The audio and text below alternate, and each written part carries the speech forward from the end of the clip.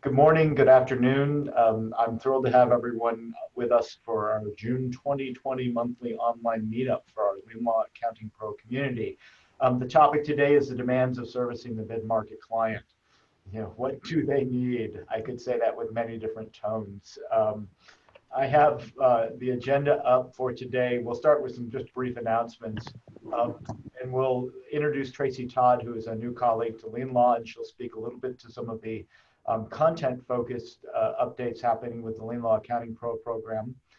Then we'll focus on our key conversations, which is I'm thrilled to have Linda Artesani and Sarah Privos with us. They're online, and we'll introduce them more formally later in their own profession, but I'm just thrilled to have them with us and their collaboration as always.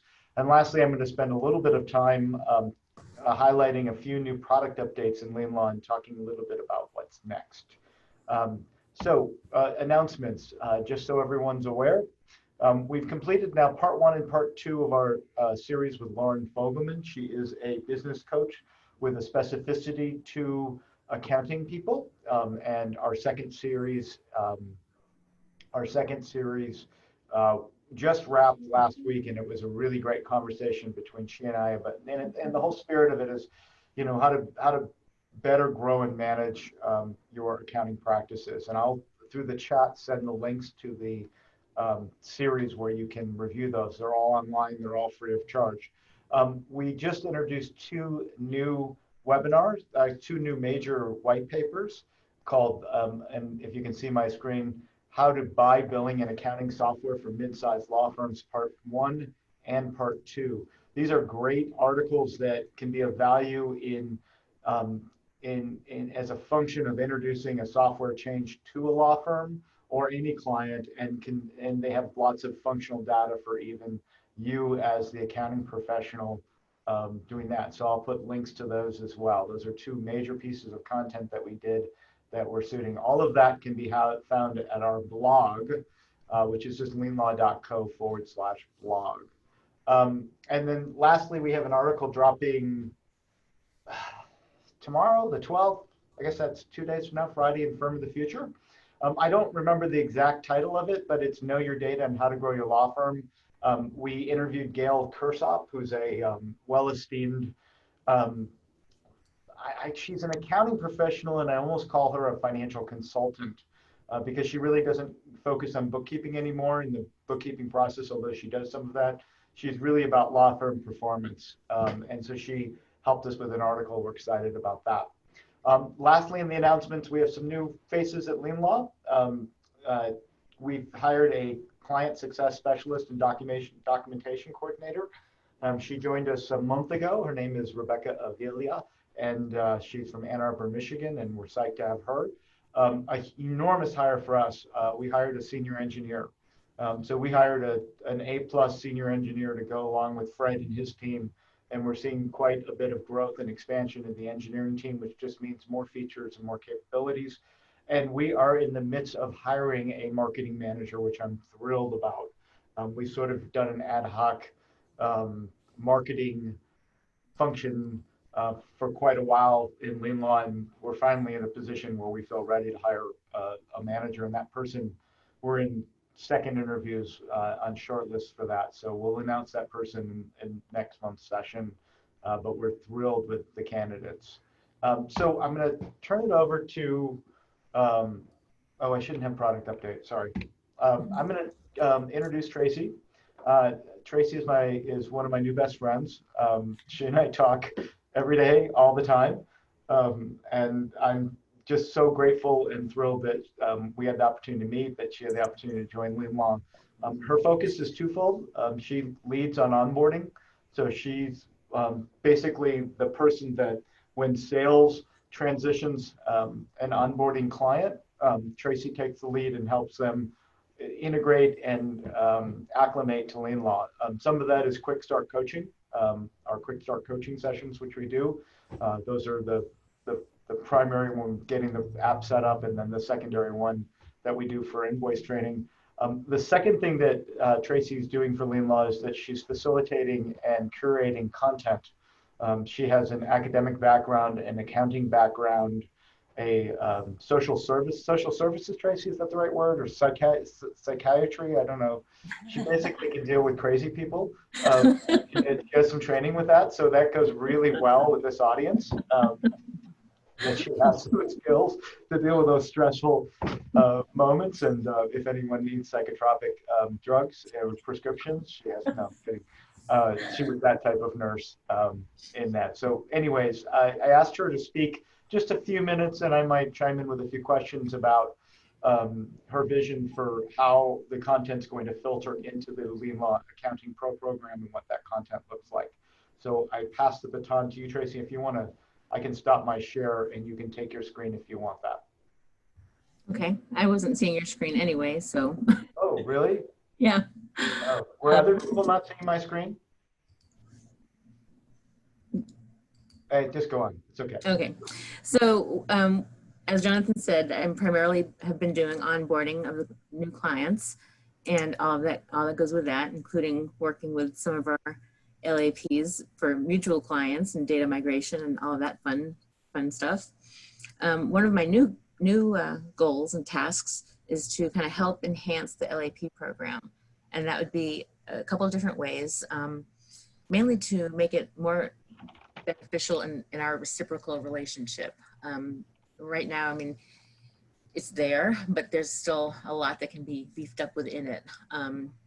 Pretty much helping to create and implement some changes that will help you guys with your clients as far as training and onboarding new clients and questions that they have during the process or anytime after that.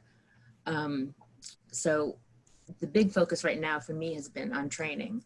So I've been putting together, I think Jonathan mentioned I did this quick start coaching with new clients.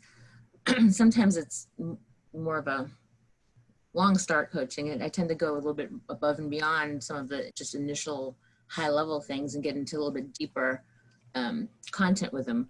But basically what it is, I'll go over from the initial setup for all of the gear icons and all of the setup, how to set up your company. And then I'll get into the 6 main tabs and explain what each of those do and their functions. So I began writing what I was calling a quick start playbook. And I'm going to show you some snippets of it here in a second. But it's got 3 main parts that it focuses on. One is the user setup, so all of the setup functions. The second is the 6 main tabs and how to actually use LeanLaw once everything's set up. And then the third is some workflows of trust accounting and billing, just kind of some best practices that work best with the LeanLaw and QuickBooks within those environments. So I will share just some, it's like about 8 slides. It's just some very little snippets just so that you can see kind of what I'm talking about. Yeah, and then I'm just going to augment a little note here and saying that what we've committed to is investing one-on-one coaching for every client, even if they're a solo or a large firm. And the foundation for that coaching and training goes into our general, support content, but it's also going to kind of rise up into this playbook, which will become the modules for accreditation. Correct. And we found one last point, sorry, I keep talking. One last point, we found that the more we work up front, the better the long-term relationship with the client and the more joy everyone has. The less time we spend up front, or if they don't allow us to help them, the more tenuous it is downstream because someone makes a mistake and they stumble into it. And the more likely it is that you're sort of backpedaling to catch up or fix it versus coaching and teaching up front. But go ahead, Tracy, please. Okay, so this is, like I said, it's just a very brief, let me scooch my window out of the way, very brief overview. First part, we'll just go into the settings. I tried to also include a lot of graphics that are in there so people have the visual aspect of what it is that you're talking about. I know I'm not really one for just sitting and reading a manual because it means nothing. So I tried to put as many pictures as I could with it for each section so that it would be a lot more easier to understand for somebody that was just trying to set it up on their own. So like I said, the first section is about all of the settings. Put in a lot of examples of how to use them, what they're for, and try to come up with as many scenarios as I could, kind of based off of questions that I had going along doing these actual sessions, screen sharing with people. The second part of the main tabs, it goes over all of the 6 main tabs you guys are all familiar with. And again, it's using a lot of visuals. And where I can, I try to show the correlation between LeanLaw and QuickBooks because, and I'm sure you guys know this, it's really hard sometimes for people that don't have an accounting background to understand how the heck, like you do something here, but it does something there, and how does that happen? So I tried to make the connection as often as I could throughout this manual. Again, any type of feature that has a feature within a feature, I also try to bring out and point out and explain what you could do and where. So it's pretty comprehensive. The last part are workflows, and I think I'm giving you a snippet of some trust payments, like how to receive a trust payment. And then again, explain behind the scenes what goes on in QuickBooks so that, you know, non-accounting people can kind of understand, and then for the accountants, then they totally get it. Because some accountants coming into this for the first time, they also are confused, like how it works and connects. So that was just, as often as I could, I would make that connection. So that was it. That was just a quick little snippet of what's about 40 pages right now at the moment. But that gives you kind of a general idea. From that playbook is going to be kind of, it'll be segmented out to make some newer articles for things, because some of the articles that are out there right now are a little outdated as far as the features and the screenshots. So some of that content can transform to articles. And then the third thing is that will also be part of what's going to be a kind of like a curriculum for a LeanLaw certification. And that will be, it will be kind of based on how QuickBooks does their Pro Advisor certification, just with the modules and then the little quizzes and so on and so forth. And the main reason behind that is if the LAPs are really comfortable using LeanLaw and can answer questions when they're helping somebody set it up or after we've helped somebody set it up, it will create a lot less frustration on the part of our mutual clients and just be beneficial for everybody. So we see that accreditation coming out as a sort of basic one size fits all in its first pass as we sort of prop up a minimal viable product of that. And then we see an iteration in the future of being a basic and advanced so that we can delineate someone who has some fundamental knowledge versus those that are advanced users.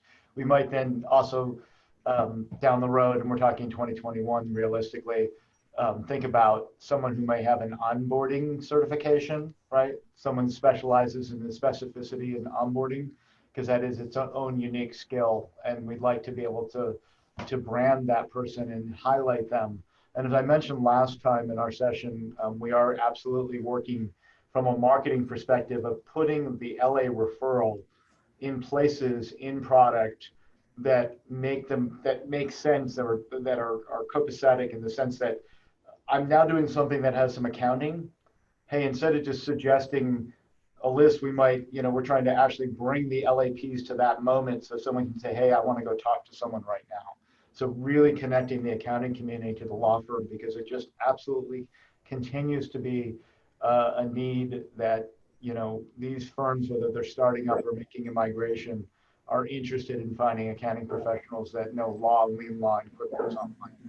So, and Tracy, I had 2 last points as far as the changes in the LAP stuff, with kind of coming up with a better structure for relaying information, such as new features and bug fixes and things like that, definitely in a structured way to where you guys are getting that information when we're getting it and not finding out, not having to wait a couple months or accidentally stumble upon a new feature that, like, hey, that wasn't there yesterday. What the heck is that? That's happened to me, actually. and yeah, and that's something we're working on at the client level and the accounting level. So Chase Sullivan, who's been a long-standing employee for us, will be hosting next month a new new feature update chat meetup. And we're going to get on a monthly basis with that, where we just invite our users. So we're growing up, we're learning how to be a real company, and we're seeing some progress right now in that phase. My team, the support, sales, and services team, is really focused on that. We've actually taken ownership from engineering, saying we're just going to do it because our CTO sort of felt the need to do it, and he just can't. He's too overwhelmed. Not overwhelmed. He's just too focused on other things. I'm going to. Lynn and Sarah, bear with me. I'm going to do the product update really quick because I don't want to, I just want us to have the rest of the time to talk and not have some, some caboose on the end. So thank you for your patience. I figured I'd do that really quick. I'll get it out of the way, and then we'll start our conversation. So let me just quickly pull up my sheet again. My presentation seems to be gone. Ah, here it is. Okay, so I'm going to share my screen. Okay, now can you see my screen? Yes, okay. Thank you, Linda, for your head start. Appreciate that. Product update. So what's been added? This is just a light list, and you'll see some more things. But we did an enhanced trust report. I mentioned it last month, but now it's actually live and active. I'll demonstrate that in a minute. The big thing we're rolling out is roles. This is a huge gap that's been in the product for a long time. I am personally thrilled that this has come online, and we're releasing it to a few clients just to test the waters, but it should have a general release in July. The other thing we're super thrilled about is our new mobile app. It's been designed from the ground up. It's available both in the Android and iOS, and our other one was terrible. It was an eyesore, and this one is really actually quite strong. So the new mobile app, if you have clients, please encourage them to download the new one. And a cool new feature, we now can CC attorneys on invoices from LeanLaw. So if they want to be CC'd, they can do that. I'll show you how to do that in a second. The big next thing is write down. That's up next. So Fred's speccing it now. A bunch of you will come to the crowd and ask for guidance as to the accounting side of it and how it should work. But that's being spec'd like right now. And then right behind that, some enhancements to AR reports. We have a client that Linda and Sarah know really well that bill in a really funky way, and they have 30 attorneys, and each attorney goes in and produces their own drafts. Never seen a firm of this size essentially disseminate the invoice production and AR collections in the way that they do. But one of the things they needed was better AR reports, so we're going to do that. We have a trust request that's essentially at a minimal viable product that will be tested with some clients in the next month. That's with our partnership with Gravity. And the last big thing that's kind of in the queue is this idea that I come into the product and I can see my stuff, my clients and whatnot, my AR and whatnot. Just a quick little dance with the product. So under reports, well, I'll first go to roles. So under the gear setting, we're going to now see something called user permissions. And user permissions start out, and this is a pro feature. There will be a version in our core that is a much simplified version, but I'm showing you the pro version of this. 3 versions that are sort of generic templates. So if you don't want to get into the weeds, you can have it more open or more closed or balanced, and those based on visibility, because remember we have what do people see and then can they edit. So there's 2 parameters about that. Then within each, we think about the roles, and these are the standard roles. So we've kind of gotten rid of this idea that, timekeepers do, we've kind of changed the roles to be just labels. And now you can go in and set what that means. So we can come into each role then, and then use these checkboxes to go in and specify what access they have and don't have. And you'll see it all through, so you can get very, very granular in terms of controlling what is visible, or you can keep it very high level based on what you want. So if paralegals didn't do time entry, you just uncheck that. But I think it's more that you'd say, okay, I don't want paralegals or attorneys to see anything in billing. All you do is uncheck that, and the billing tab goes away for those users in the product. So this has been something that we've been really thrilled, and it's been much needed. This will be rolling out really quickly. Feel free to chat some questions. Tracy can answer them if you have questions about that. Since I'm here, I'll speak to the CCing. So under users, and I click into a user, pick a user and it doesn't show up, that's lame. Let me pick David Cohen. I now have this CC to responsible invoices. So if this user, David Cohen, is there, we will click that feature in QuickBooks Online that CCs that person on the invoices. So that was in their user information that we can do that. And that is not new. Oh, someone has a chat. Oh, okay, you're just saying that. So that's where that CC to responsible attorney. The other thing I wanted to highlight is now under reports, under trust report. So we used to have all this billing data under billing, under trust account.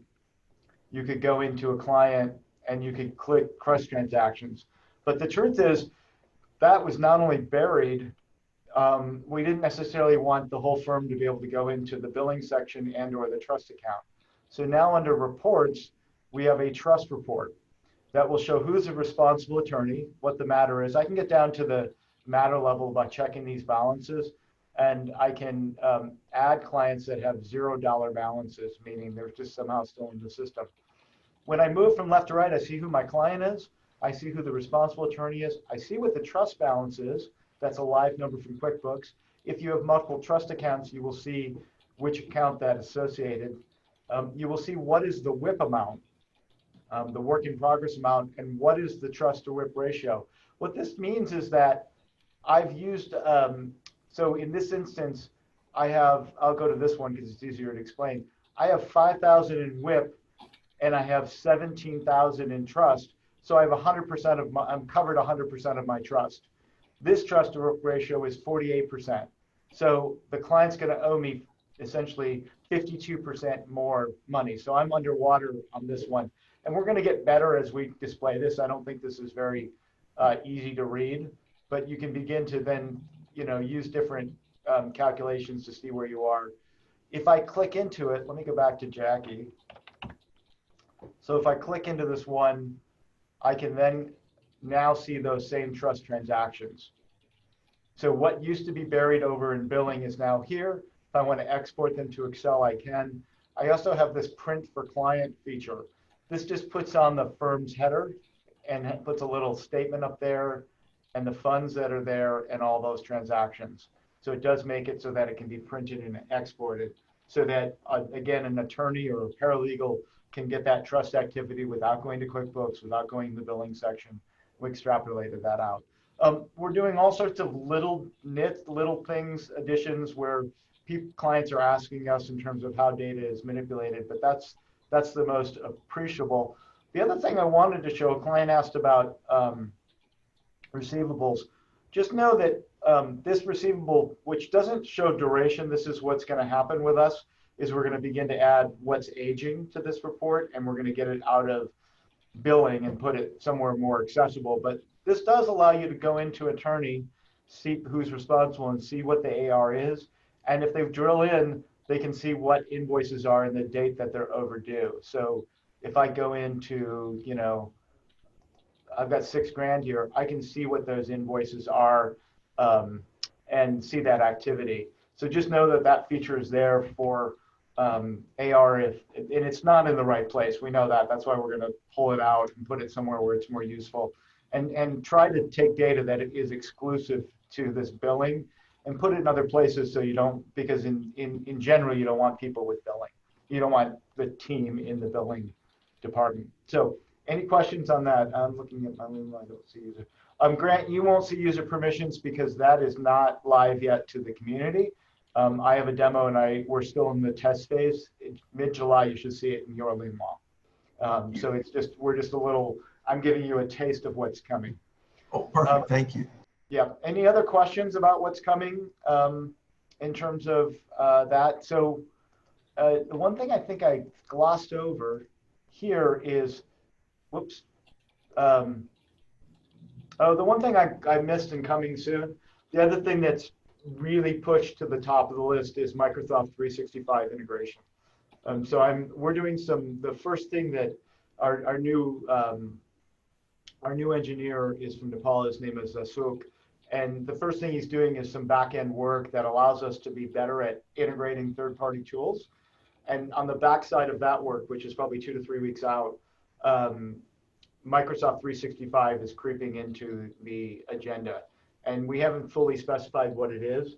Certainly a function of time entry. I'm in Outlook, I'm working with an email, I want to tag it as time that I spent on an email.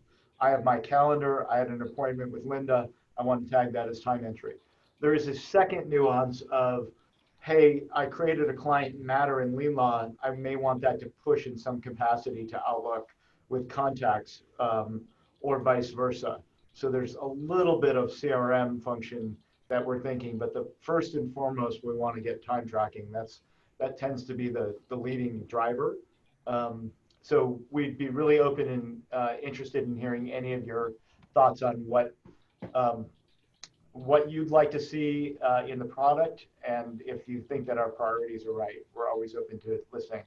Okay, I'm going to jump ahead and get to our main content, our panelists. Linda and Sarah are Sarah's of Mintage Labs in Portland, Oregon, and Linda is working out of South Florida, mid Florida. Where are you in Florida? South Florida, near Naples. Near Naples, Florida. They're longtime friends of LeanLaw, and we've done lots of work together. We've onboarded I think we're at hundreds of users onto LeanLaw as a group. So we've been working together, so the conversation should be very fluid. And they're both expert level, QuickBooks Pro advisors, expert level LeanLaw, expert level law. And over the last 2 years have really focused on mid-market. And we have just, and now Tracy is part of this community, we have just been in the trenches together, working with clients, onboarding, and really working that relationship between the software vendor that needs to listen to the accounting community because they have the ear and voice of the client, and the client in terms of their software needs, because we're at the end of the day still a workflow tool. We're the software company, but that partnership has really blossomed, and it's very fluid, and it's essential in winning these mid-market clients. You can't just have a generic tool. There's just too much nuance to what these clients need. At least that's been my perspective. So I want to jump into the conversation. And what we're really talking about is how to service these mid-market clients. And so the first thing I wanted to present to you, Sarah and Linda, and I'll let you guys decide. I'm going to turn off my share because I don't need my screen shared anymore, and focus it on the user so people can see us talk. So Linda and Sarah, what is a mid-market client? How do you define that? I want to make sure that right up front, people understand what that means, and not just the numbers, but what does it mean in terms of how they're different from smaller micro clients? There's usually multiple partners for sure. You're dealing with multiple, more than one person basically that owns the firm. It's been our experience anyway. How else would you say it, Sarah? There's also multiple layers in the firm as far as attorneys, paralegals, junior associates, depending on the kind of the staff, however the firm wants to refer to them, and you're servicing. Maybe you're working with yourself as us as in our relationships. We're working with a key dedicated person in addition to a partner or a couple partners, but the volume of the firm is quite exponential than just maybe a firm that has about just a couple of attorneys on it. And so the mid-market, you see a big gravitation to defined work scope of when billing occurs. Like they become more, I don't want to say rigid, but they become more process oriented in when they like to do things and how they're going to service their clients. And they tend to service a broader network sometimes. They're not just niche focused. Sometimes they can actually kind of overlap a little bit. Multiple practice areas usually we run into most of the time. So one dimension is just the sheer size of them, right? There's just money, activity, volume. They're just bigger. And typically LeanLaw defines a mid-market of 5 attorneys or more. Mm-hmm. The second thing I thought that was interesting you said, which is there's more complexity, and the complexity comes in more moving parts, but I think what's really important is practice area. So in micro firms, you might say we're a contingency firm. We do personal injury, right? You get into a mid and we're like, we do it all. Transactional work, contingency work, you know, we're doing all sorts of different disciplines, which to your point, they then need better workflow, right? So one variable is size, one is complexity. But who at the firm, you know, so they might have 40 people in the firm. Who are the characters that you're interacting with in the beginning of the relationship? And then once the relationship sort of moves outside of onboarding, does that change? Yeah, well, we just Start did with the one. beginning. Who are you talking to first when we're dealing with the mid-market? Honestly, it's one primary partner that is motivated for change. Or they tag that person that has to be the one that's going to do the job. That happens a lot too. One person that is actually at the crux of the problem, that is the consistent person who's having to deal with maybe the billing debacles or the constant, you know, tracking of things, and they're finding the inefficiencies just in that role that could be better served maybe to do other things in the firm.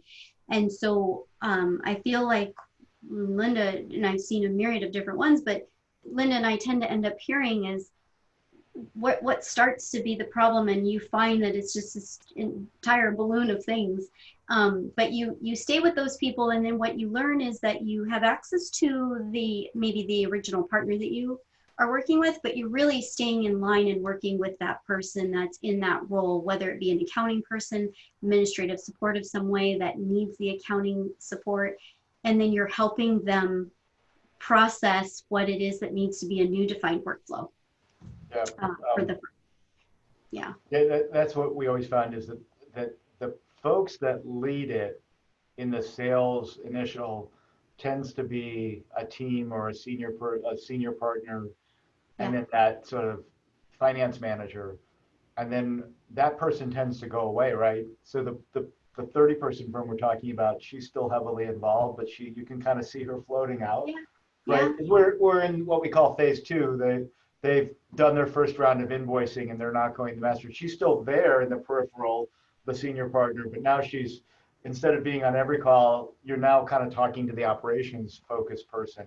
And I think that's really important that you recognize in the beginning of the sales that you have these two different members, and you talk to them differently. They talk, you know, they have different conversations with each person.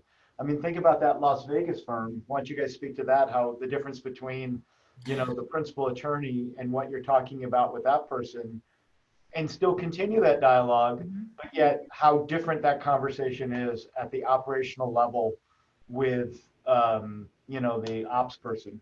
I'm trying to not, I'm like, no.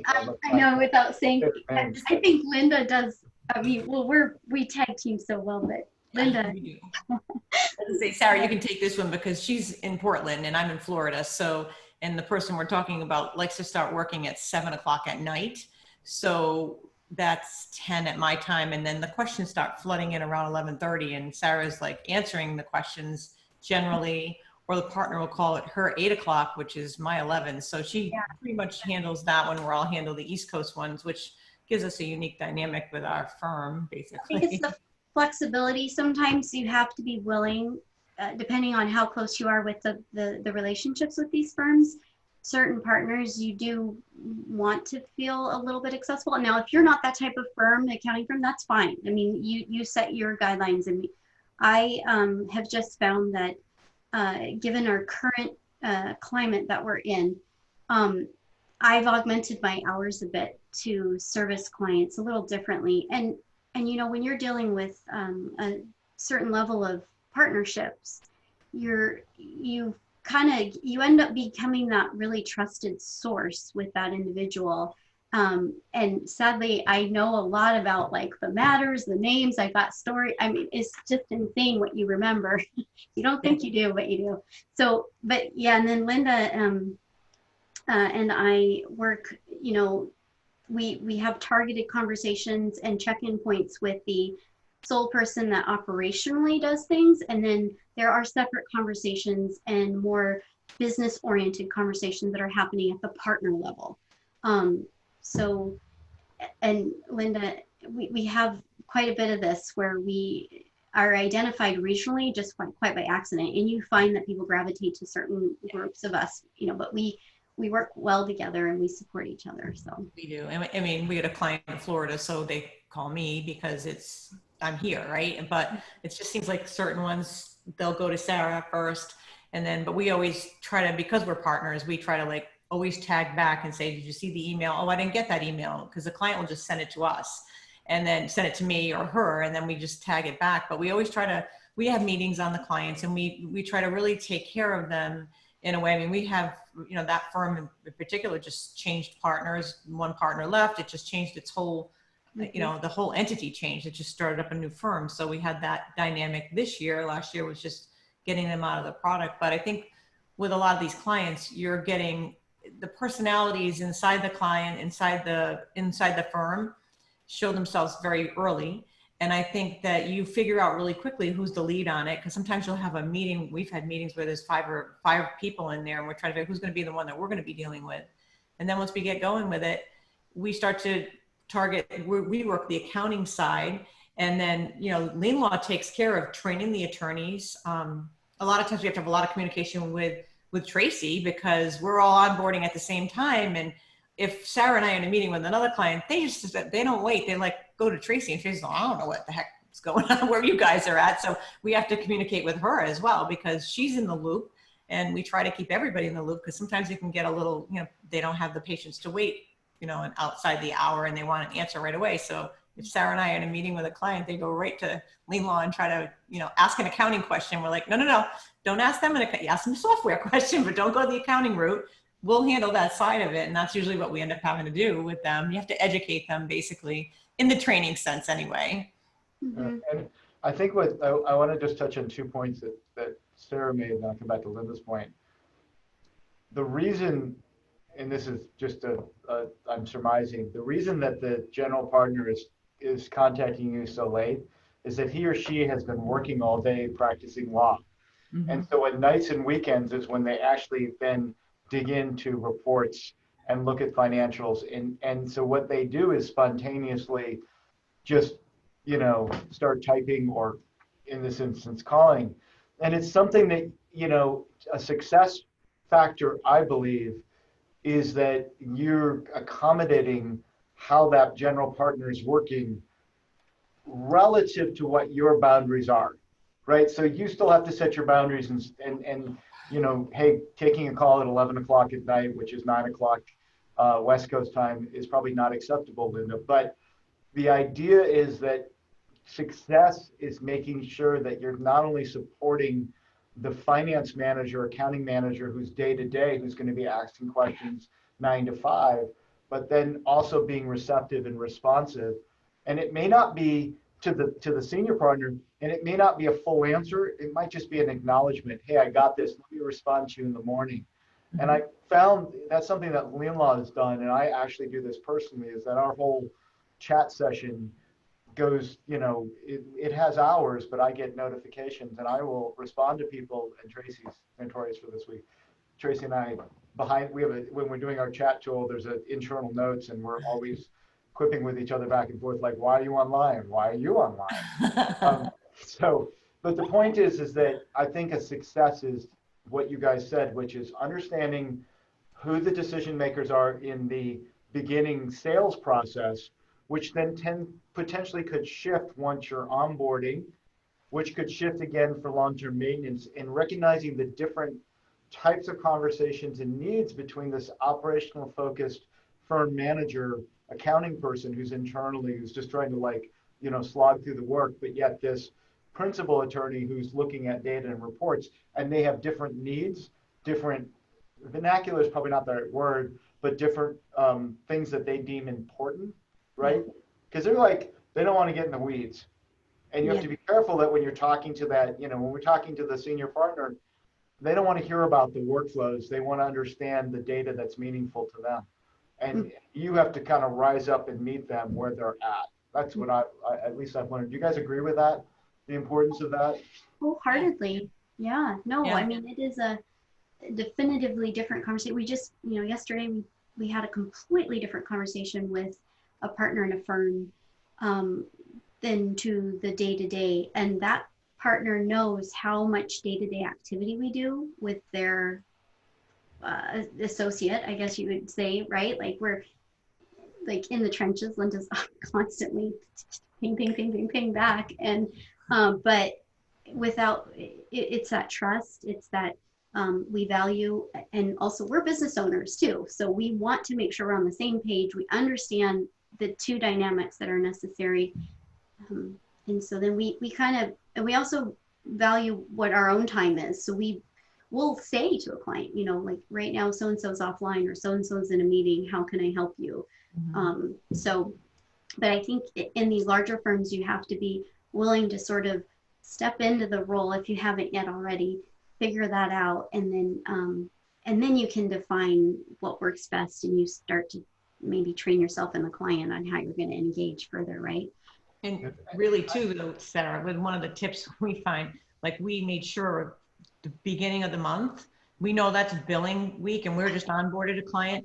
We don't take a lot of appointments that week because that week is like, you know, you just expect to get hit from all directions because everybody's new. They've all been trained in the software, but then things come up when you start to put them in, you know, maybe the template's not perfect and that firm we just worked with and everybody wanted a different template. It's like, well, you know, this is how it works. You want it, you can have it, but you're gonna have to change, you know, you got to change it in QuickBooks, which lays it on the accountant. So you have to put the rule down like, no, this is the template. And they worked it out amongst each other, but everybody, that it's in a unique firm because everybody's kind of like their own little silo, but you have to accommodate everybody because all of a sudden, you know, the bookkeeper will tag us into an email, tag you guys into an email. And then all of a sudden we're on this massive thread where it's like, oh, there's the people we got to ask. And it was just like, boom, boom, boom, boom, boom. Well, we got through the week but we made sure we cleared that week for that specific purpose. Like we were like, nope, it'll be the second week when we take it. Like this is the week we're taking a lot of the appointments that we kind of pushed out because we knew that was, you know, that's key week for us. So just to kind of summarize this communication component, I know you guys use Lisio a lot for internal communications. My question is, do you bring them into your communication tools or you try to adopt to theirs? I get for secure data secure data transfer, that's one thing. But I mean, obviously email is fairly universal, but how do you manage, you know, some firms use Slack, some attorneys like to text, some might use, you know, they want to FaceTime, some might use Zoom. Do you sort of follow into theirs or ask them to come to you or meet halfway? Our preference is they use our workflow because it just makes, we've got it set and we work well in it. And Lisio lets you text. So that's an extra benefit. You can check the little box and it will send it a text. So that kind of clears that up. And Explain Lisio because I mentioned it. I don't just so Lisio is a client communication tool. It also files storage and it's going to be very soon. It's going to be a whole CRM. So we're going to have all those components inside of Lisio. It also connects to Zoom. So it's got a lot of features to it. It's got Adobe so you can do the signing.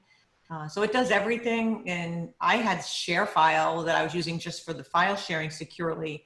And I eliminated that at the same price and got all these other pieces in it. So it's a great tool. We really like it. We have had clients that are like, this is what we use and we have to adapt. It slows the process down. I'll be honest about that. It slows the process down. If we have to go log into Microsoft Office Teams, you know, Sarah and I are not Teams people. I know exactly what you're talking about. We're not Teams people. So you might find, and then when we're not on it all the time, so they end up emailing us anyway because we're not answering because that's not our workflow. So we'll adapt, but we prefer this. It does slow the process down. So a key success is being somewhat nimble with your communication, but fundamentally defining it up front. I see Sarah shaking her head. Defining up front, defining the tools, and that also begins to set some boundaries as to, you know, what expectations are in terms of response times and whatnot. Mm-hmm. So let's talk a little bit about what you do for them. So, and I'm really talking, you know, try to get specific about like tasks. So let's look at it in onboarding, sort of the post onboarding and then ongoing, right? So there's LeanLaw calls three phases of onboarding. Phase one is application setup and data migration. it ends with the cutover. Someone's cut over to the LeanLaw environment. Phase 2 is the first month, and it ends with the first billing. So we're getting users time tracking, and we're still doing some accounting setup. And there's some how-tos. How do I do a trust deposit? How do I do that? But really the big, kabam is the invoicing. Once they've done their first round of invoicing, there's some aftermath and some cleanup because we had to get through it. But by the time you get the second and third invoicing, it's been institutionalized. So if we think about that sort of context, what do you do for them in that phase 1, phase 2 onboarding? And then how does that shift into post onboarding / ongoing? And specifically, like, what are you guys providing to them in terms of services and functionality? It's a myriad of things. Education, for one.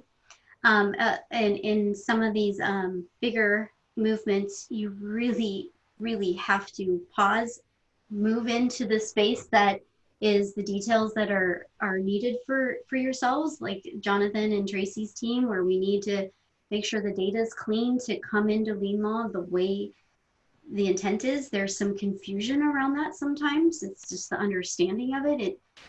They're not confused on what they have. They're just confused at what the needs are and ultimately what they need to be working with on the final data set. They have maybe a massive list of clients and they want to bring them all over, but they realize they're only working with a quarter or half. I don't know, it depends on the client. So I feel like it evolves, and what we become is kind of this partnership in tandem. So if we're hearing from Tracy that the data is, needing some refinement, or there's some things, we work together with her to help redefine what's necessary for the client in order to get to just even phase 2 or phase, wherever we need to be. And then we rely heavily on LeanLaw on the training portion, because that's really ultimately like, train on your software, your product. Respectfully, if we need to come in and just kind of listen so that we can help the point individuals that are defined to Linda and I, that we need to maybe help re-educate, like, you need to know this only because of X, Y, and Z. Because ultimately, if you think about it, that individual, that operational support, whatever that title is to them, becomes the kind of the go-to person on accounting all things LeanLaw. And they become this like pseudo, I don't know, like person that they have to know all of the stuff in a quick fashion. And we always say, no, that's why you have the rest of us to help you. And then we're also working in the background to, depending on where they are on their financial records, we need to make sure they're up to date so that when we hit first billing, we're coming together to be able to help them do that first billing. What Linda was saying, and Linda, you should add to it because you have so many other parts. Well, yeah, the first billing is always a little funky because not just all the little nuances that happen in the first billing, but also like you've got to factor in that we've rebuilt the prior period. So it's not, some of that stuff we're rebuilding is not in client advance cost. So there's a lot of, and you guys pull in the whip, and it gets to be a major conversation to that part of that first billing. But Sarah and I go through like phase 4. We used to hang around for the second billing. So we're there again, and then they can pay us to stay with support services after if they want. Usually, I can't tell how many times we get our contact person that does the accounting piece or the data entry piece, and they get a little bit freaked out over all the training and everything. And then they'll be like, they think we're just gonna like, okay, we're done, and leave them on the first billing. We're like, no, we're here for you. And it's a lot of back and forth, and we're a lot of working one-on-one, and they feel like we just had it happen. Where she was like, oh my God, I don't know what I would have done without you. And it's come to the point where even educating, Sarah's taken on a role of educating how to have these conversations with the client, because sometimes they really push, because the attorneys, they have very short on time, and they just want it now. And she's even kind of training them how to deal with some of the onslaught, because when you're doing a migration and they're coming to new software, they're still learning too. So a lot of that is just, we're there for support and encouragement, and a lot of, sometimes I know Tracy feels like the psychologist sometimes we're like, I think we're the psychologist too, but we help them through it. And that's a big part. And working with these clients, you can work with them and you find out that the person that's doing the accounting isn't really an accountant. They were maybe an admin assistant that got this role handed to them and they've adapted to it. but they're not an accountant. So when you come in and work with the firm and do all this work and fix whatever mess was there before, then the client sits there and says, wow, you guys really know the accounting piece. You know, Susie or Mary can stay on as, or whoever the person is doing the data part of the entry of handling the checks and everything.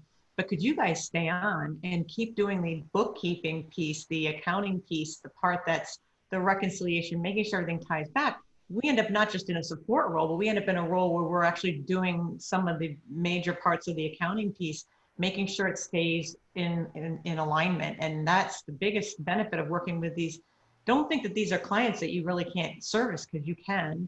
Find a great partner. I have to say that I don't think I could have done all of this without Sarah. The two of us really, sometimes we'll be working on like, what were they thinking? And we talk it through. Sometimes we talk it through alone. One of us is doing work and we're just on a Zoom together and we talk it through like, I'm going to put, you know, Mary's head on here and figure out what the heck was she doing? Was she put it in the wrong bank account?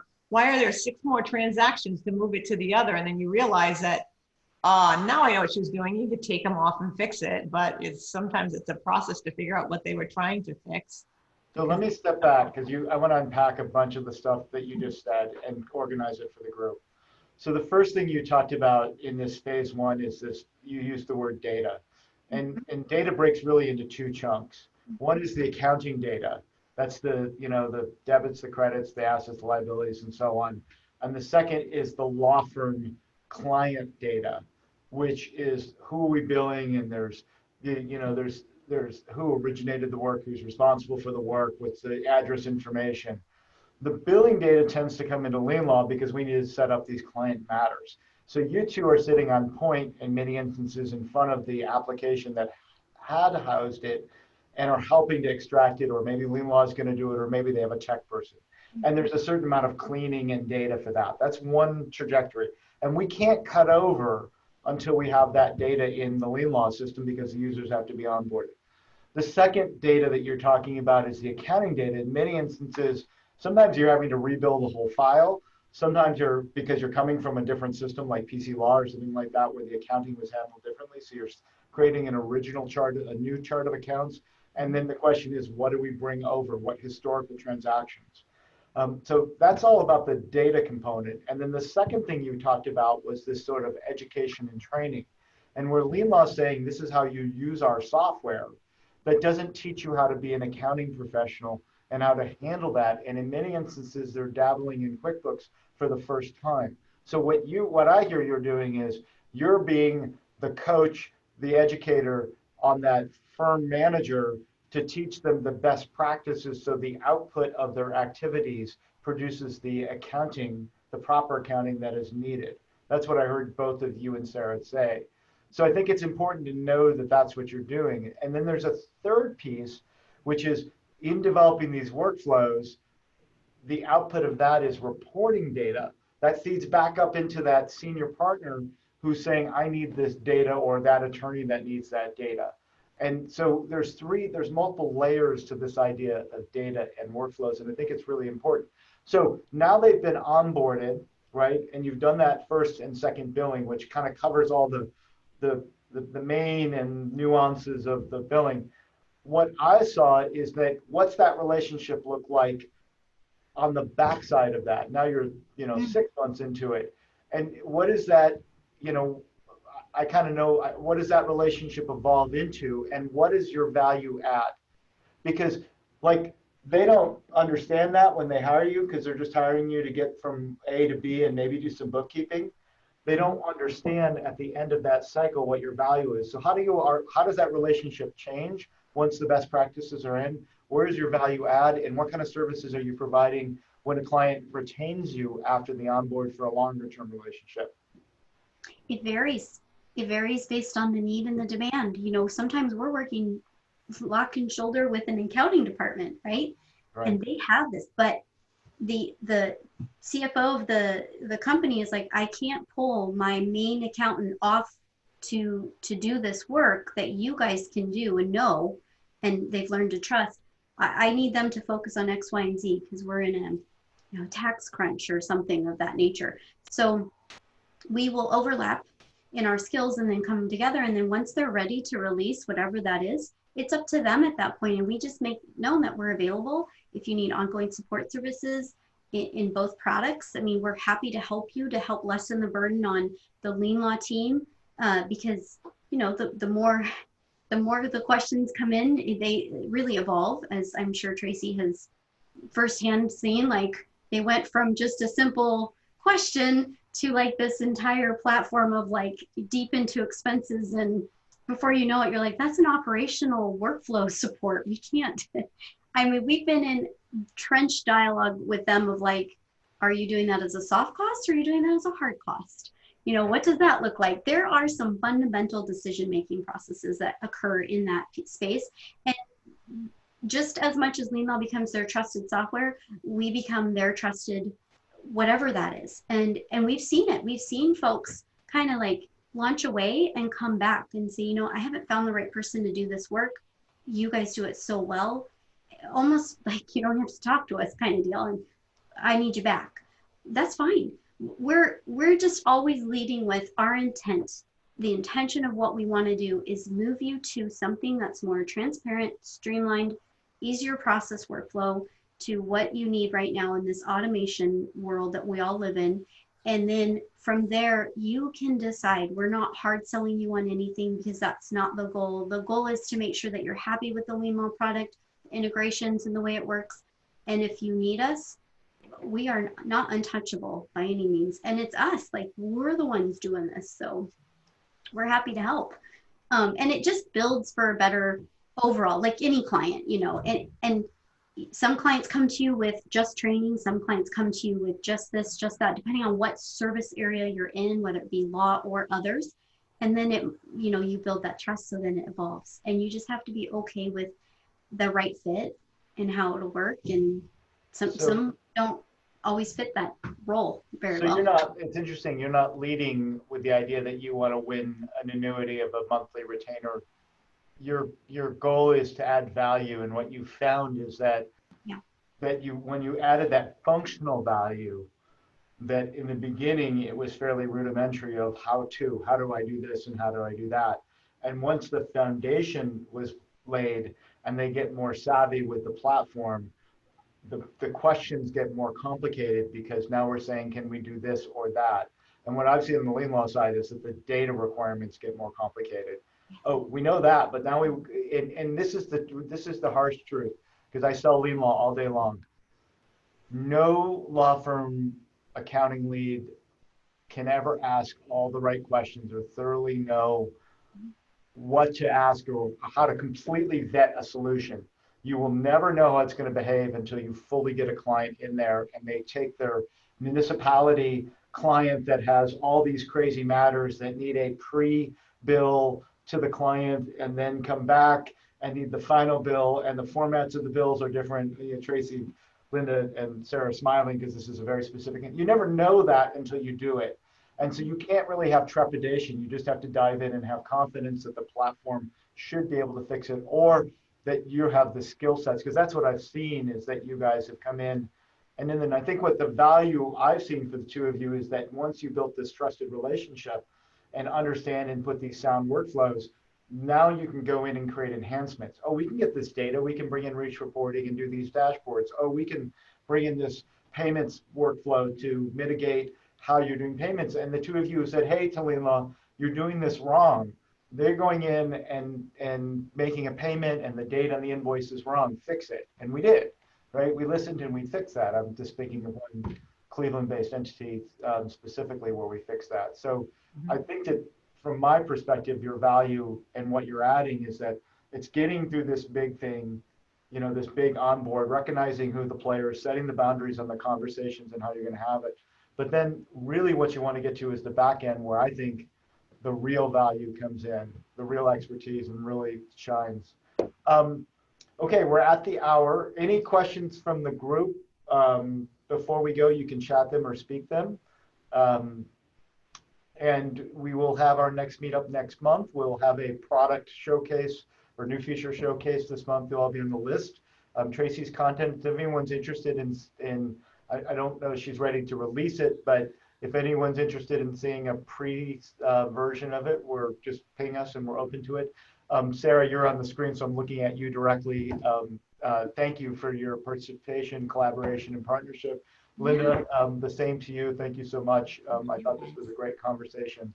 And so, and thank you everyone to this community that continues to support us. And I'm going to end the meeting and wish everyone a great day.